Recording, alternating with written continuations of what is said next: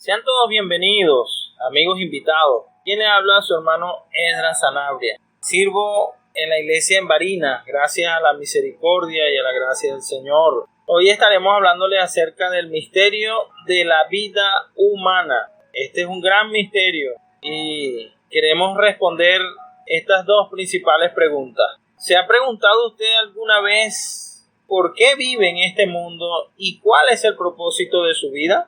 Y es que existen 6 claves o 6 llaves que responden a este gran misterio de la vida humana. Y la primera llave es el plan de Dios. Quiero decirte, amigo, amiga, Dios tiene un plan. Y en Romanos 8, versículo 29, dice: porque a los que antes conoció, también los predestinó para que fuesen hechos conforme a la imagen de su Hijo, para que Él sea el primogénito entre muchos hermanos. Este versículo habla acerca de la predestinación y que Él nos conoció en su predestinación. Además, también nos dice que hemos sido hechos conforme a la imagen de su Hijo. En Génesis, nosotros vemos que el mismo Dios dijo: hagamos al hombre a nuestra imagen conforme a nuestra semejanza, y señoree en los peces del mar, en las aves de los cielos, en las bestias, en toda la tierra y en todo animal que se arrastra sobre la tierra. Génesis 1:26 dice que hagamos al hombre a nuestra imagen conforme a nuestra semejanza, y Dios mismo se ve involucrado en la creación del hombre. En las otras criaturas dijo Dios: sean los grandes monstruos marinos. Habló Dios y eso llegó a existir. Pero con respecto al hombre, Dios mismo se involucró y lo hace a su propia imagen y semejanza. Dios desea que tú seas impactado con el hecho de que tú te pareces a Dios. Nos parecemos a Dios. Dile a tu hermano que está a tu lado, a tu amigo, dile: usted se parece a Dios. Puedes decir esto porque somos hechos a imagen y semejanza de Dios. En 2 Corintios capítulo 4, versículo 7 dice: pero tenemos este tesoro en vasos de barro, para que la excelencia del poder sea de Dios y no de nosotros. Así que Dios nos hizo como un vaso para contenerlo a Él. En este caso el vaso es de barro. Nosotros fuimos hechos del polvo de la tierra. Y aquí el vaso de barro no es lo importante es el contenido. El plan de Dios implica que Dios quiere ser tu contenido. Otro ejemplo es como el de la mano y el guante, en el que en este caso Dios es la mano y el guante somos nosotros. El guante es hecho a la imagen y semejanza de la mano, y solamente encuentra razón de ser cuando la mano entra en el guante. Por eso, la segunda llave que explica el misterio de la vida humana es la creación del hombre. Dios creó al hombre y lo hizo como un vaso. Lo podemos ver también en Romanos capítulo 9, versículos 21 al 24, que dice: ¿o no tiene potestad el alfarero sobre el barro para hacer de la misma masa un vaso para honra y otro para deshonra? ¿Y qué? Si Dios, queriendo mostrar su ira y hacer notorio su poder, soportó con mucha paciencia los vasos de ira preparados para destrucción, y para hacer notoria la riqueza de su gloria, las mostró para con los vasos de misericordia que Él preparó de antemano para gloria, a los cuales también ha llamado, esto es a nosotros, no solo de los judíos, sino también de los gentiles. Estos versículos mencionan a Dios como el alfarero y a nosotros como el barro, y fuimos hechos unos vasos. Ahora estos vasos, hay unos vasos de ira para destrucción, pero hay unos vasos de misericordia para gloria. Aleluya.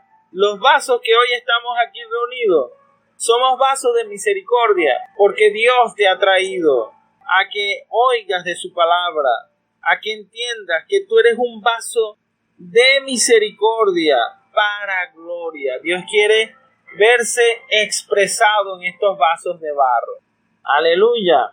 Entonces, estos vasos destinados para gloria, o este hombre creado por Dios, está hecho de 3 partes: espíritu, alma y cuerpo. Imaginémonos un círculo concéntrico en el que hay un círculo en el central, que es el espíritu, en el medio el alma y el más externo el cuerpo. El hombre, según 1 Tesalonicenses 5:23 dice: y el mismo Dios de paz santifique por completo y todo vuestro ser, espíritu, alma y cuerpo sea guardado irreprensible para la venida de nuestro Señor Jesucristo. Entonces, el hombre fue hecho con estas 3 partes, y en Juan 4:24 dice: Dios es espíritu, y los que le adoran en espíritu y en verdad es necesario que le adoren. Este espíritu humano fue hecho peculiarmente, particularmente, con la capacidad de contener a Dios, de adorarlo inclusive, de tener una sintonía especial con el propio Dios, cosa que ninguna otra creación puede hacer. Tu espíritu es la morada de Dios. Zacarías 12 dice que Dios extiende los cielos, funda la tierra y forma el espíritu del hombre dentro de él. Ese Zacarías 12 realza la posición del espíritu al nivel de los cielos y la tierra. El hombre es importante, pero realmente lo importante para Dios en el hombre es su espíritu, porque Dios puede morar en él. Esto nos lleva a la tercera llave, que es la caída del hombre. Infelizmente, el hombre cae y llega a ser contaminado con el pecado. En Romanos 5:12 dice que el hombre llegó a padecer la muerte por causa del pecado. Dice así la palabra de Dios: por tanto, como el pecado entró en el mundo por un hombre, y por el pecado la muerte, así la muerte pasó a todos los hombres por cuanto todos pecaron. En mi vida yo me he encontrado con personas que dicen que no han pecado porque ellos no han violado, no han matado, no han robado. Para ellos, a sus propios ojos, no han cometido pecado. Pero ellos mismos no pueden decir que no van a padecer la muerte, ya que la evidencia del pecado es la muerte. El pecado y la muerte son 2 lados de una misma cosa. Entonces, quien padece la muerte es porque pecó. El pecado realmente arruinó las 3 partes del ser humano. En Efesios 2:1 dice que Él nos dio vida cuando estábamos muertos en nuestros delitos y pecados.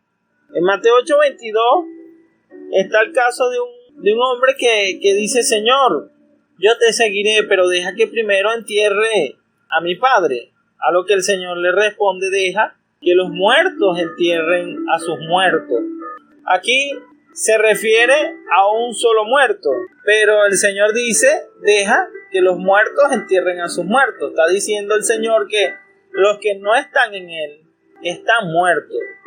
En esta condición Dios quiere llegar, pero primero debe mostrarnos que el pecado afectó todo nuestro ser. Usted puede oír, puede hablar, puede razonar, su alma está viva, pero su espíritu, que es con el que tiene contacto con Dios, está muerto porque no tiene función para lo que fue creado. Entonces el alma también llegó a ser dañada por el pecado. Eso lo vemos en Colosenses capítulo 1, versículo 21. Dice: y a vosotros también, que erais en otro tiempo extraños y enemigos en vuestra mente, haciendo malas obras, ahora os ha reconciliado. El pecado afectó nuestra manera de pensar, nuestra manera de ver las cosas. Por eso que usted puede entender por qué este mundo está tan pervertido. Hoy hay tendencias en base a ideologías con referencias en nada. La única referencia moral y espiritual que tenemos la encontramos en la Biblia. Y esto nos lleva a entender que la mente del hombre fue dañada por completo. Miren este versículo en Génesis 6:5. Y vio Jehová que la maldad de los hombres era mucha en la tierra, y que todo designio de los pensamientos del corazón de ellos era de continuo solamente el mal. Designio se refiere a decisiones en base a sus pensamientos, y era solo de continuo el mal. Pero esto no es todo.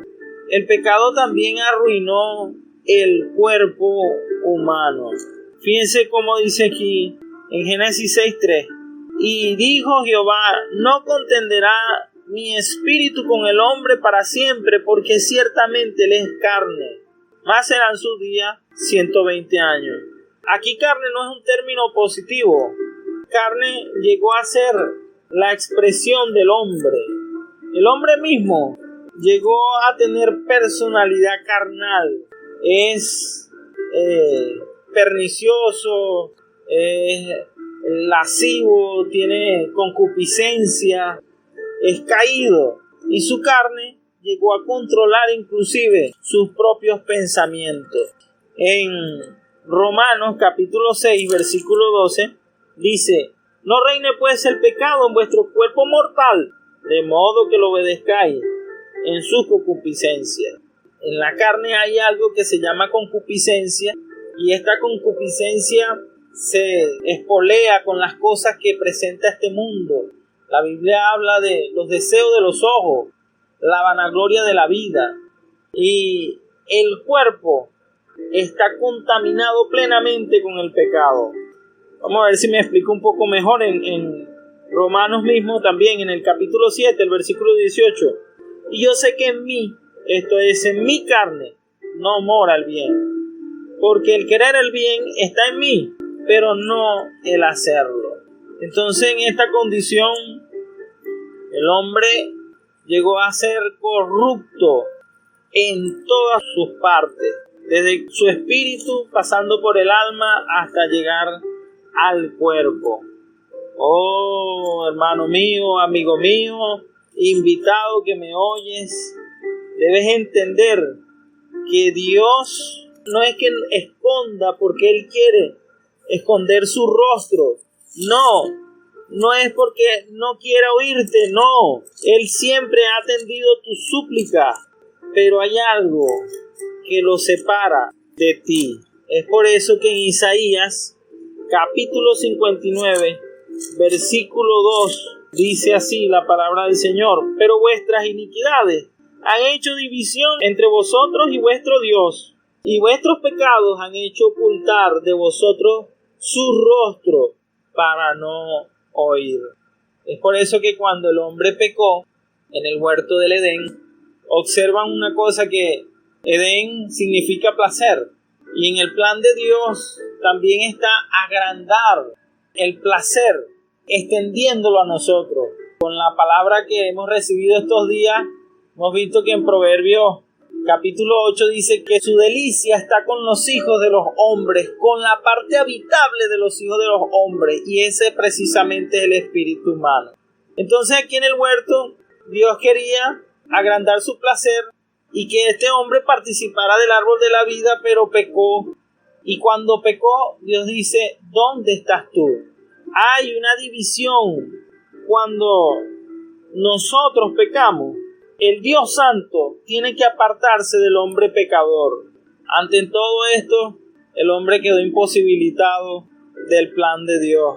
Pero quiero decirte algo: Dios no desistió de su plan y de su propósito. Aleluya. Él tiene una manera de recobrar al hombre, una manera de restaurar al hombre, y eso es la redención en Cristo nuestro Señor. Para lograr la redención, que es la cuarta llave, el mismo Dios tuvo que encarnarse.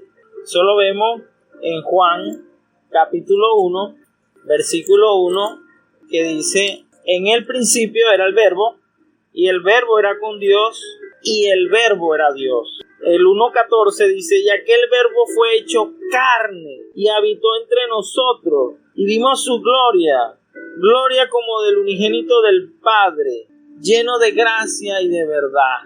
El mismo Señor, el mismo Dios se hizo carne, era el Dios completo y el hombre perfecto entre nosotros. La Biblia dice en Romanos 8 que Él fue hecho a semejanza de carne de pecado, pero Él mismo no cometió pecado. En su carne no había pecado porque Él no mintió, no robó, no estafó. En Él no se halló corruptibilidad. El mismo Satanás intentó tentarlo y no logró hacerlo caer porque en Él, en ese hombre, estaba Dios. Aleluya. Dios entonces se hizo un hombre, se encarnó. En el mismo capítulo 1 de Juan, en el versículo 29 dice: el siguiente día vio Juan a Jesús que venía a él y dijo: he aquí el Cordero de Dios que quita el pecado del mundo. Entonces Dios en Cristo tuvo un vivir humano y en ese vivir humano fue habilitado para ir a la cruz y ofrecerse como aquel Cordero que quita el pecado del mundo. Cuando muere, es traspasado, una lanza le traspasó su costado y de su costado brotó sangre y agua. La sangre es la que hoy nos redime de nuestros pecados y el agua es símbolo de la vida. Como el Señor nunca pecó, como el Señor no fue corrompido y no tuvo una vida corrupta, la muerte no pudo retenerlo. Alabado sea Dios. El Señor resucitó como un cohete. No había nada que lo detuviera en el Hades. Y en resurrección llegó a entronarse, a la entronización, en donde está el Padre, en el tercer cielo. Y desde allí Él puede impartirse hacia adentro del hombre en el espíritu humano. En Daniel 7:15 dice: se me estremeció el espíritu en medio de mí. Ese Daniel 7:15 muestra que lo central en el hombre es el espíritu. Por eso en Juan capítulo 20 vemos que lo primero que Dios hizo en aquel primer día, el día de la resurrección, el día domingo, dijo: paz a vosotros, como me envió el Padre viviente, así también yo os envío. Recibid el Espíritu Santo, y sopló en ellos el Espíritu Santo. Amigo, ¿cómo cree usted esa escena? ¿Cómo se imagina usted esa escena? Si el Señor sopló, ¿cómo hicieron los discípulos? Yo creo que hicieron así. Inhale conmigo. Oh, Señor Jesús. Inmediatamente recibieron el Espíritu Santo.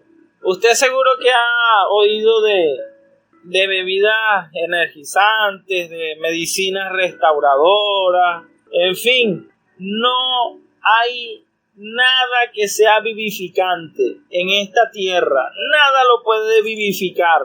Pero, aleluya, le tengo una noticia. En 1 Corintios 15:45 dice: así también está escrito: fue hecho el primer hombre, Adán, alma viviente; el postrer Adán, espíritu vivificante. Aleluya. Ahora el Señor puede vivificar tu espíritu, porque Él pasó por el proceso de encarnación, de crucifixión, y ahora, como el espíritu que da vida, entra en el hombre. A eso le llama la Biblia la regeneración, que es la quinta llave.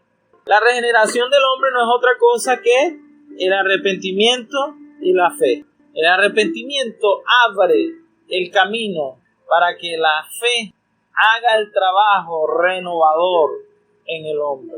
Cuando la Biblia habla de regeneración, no está hablando de conductas, de mejoras, de resoluciones. No está hablando de un comportamiento externo, como puede ser que alguien que tenga alguna adicción y entre a algún sanatorio donde por medio de ciertas reglas pueda ser regenerado, entre comillas. No, la Biblia, cuando habla de la regeneración, habla de algo interno y de nacer de nuevo. Primera de Pedro 3:1-3 dice: bendito el Dios y Padre de nuestro Señor Jesucristo, que según su grande misericordia nos hizo renacer para una esperanza viva por la resurrección de Jesucristo de entre los muertos. Alabado sea el Señor. Lo que puede hoy suceder en el hombre es que lo que Dios le ofrece es nacer de nuevo. En Juan capítulo 3, versículo 3 dice: respondió Jesús y le dijo: de cierto te digo, que el que no naciere de nuevo no puede ver el reino de Dios. Nicodemo le dijo: ¿cómo puede un hombre nacer siendo viejo? ¿Puede acaso entrar por segunda vez en el vientre de su madre y nacer? Respondió Jesús: de cierto te digo, que el que no naciere de agua y del Espíritu no puede entrar en el reino de Dios. Aquí se ve claramente que nosotros necesitamos nacer de nuevo. Esto es la regeneración. Ahora, para que eso ocurra debe haber un arrepentimiento. Y yo quiero detenerme aquí porque la Biblia dice en Hechos 16:31, cree y serás salvo tú y tu casa. Pero la manera de que esa salvación llegue es por medio del arrepentimiento. El arrepentimiento, según Hechos capítulo 20, versículo 21, es la clave que puede darnos el gozo de la salvación. Dice la Biblia en Hechos 20:21, testificando a judíos y a gentiles acerca del arrepentimiento para con Dios y de la fe en nuestro Señor Jesucristo. Aquí en Lucas hay dos incidentes que el mismo Señor menciona para que podamos entender un poco más acerca del arrepentimiento. 13:1 dice así: en este mismo tiempo estaban allí algunos que le contaban acerca de los galileos, cuya sangre Pilato había mezclado con los sacrificios de ellos. Respondiendo Jesús les dijo: ¿pensáis que estos galileos, porque padecieron tales cosas, eran más pecadores que todos los galileos? Os digo no. Antes, si no os arrepentís, todos pereceréis igualmente. O aquellos 18 sobre los cuales cayó la torre de Siloé y los mató, ¿pensáis que eran más culpables que todos los hombres que habitan en Jerusalén? Os digo no. Antes, si no os arrepentís, todos pereceréis igualmente. Esto se parece al caso de cuando los discípulos vieron a un hombre que nació siendo ciego. Ellos querían saber por qué era ciego, si era por él, el culpable era él o los padres. Nosotros siempre estamos buscando saber, por considerarme que soy justo, yo no merezco la salvación, no puedo ser participante de un arrepentimiento ya que no me considero pecador. Pero aquí la Biblia establece que todos somos culpables, que todos somos dignos de muerte y que la única puerta para la salvación es el arrepentimiento. Debemos entender que el hombre es más pecador por constitución que por lo que hace. Nosotros hacemos mucha acepción de personas y decimos: aquel sí está mal, él sí merece el arrepentimiento, la salvación. Pero no, todos los buenos y todos los malos estamos en un mismo destino si no nos arrepentimos y si no confesamos a Jesús como Señor. Por eso quiero invitarte a hacer esta oración. Cierra tus ojos y elévale a Dios esta oración. Diga conmigo: Señor Jesús, soy un pecador, te necesito. Gracias por haber muerto por mí. Señor Jesús, perdóname y límpiame de todos mis pecados. Creo que resucitaste de los muertos y te recibo ahora mismo como mi Señor y Salvador y mi vida. Entra en mí, lléname de tu vida. Señor Jesús, me entrego a ti por causa de tu propósito. Aleluya. Dele un aplauso al Señor, porque ahora usted es alguien regenerado. Aleluya.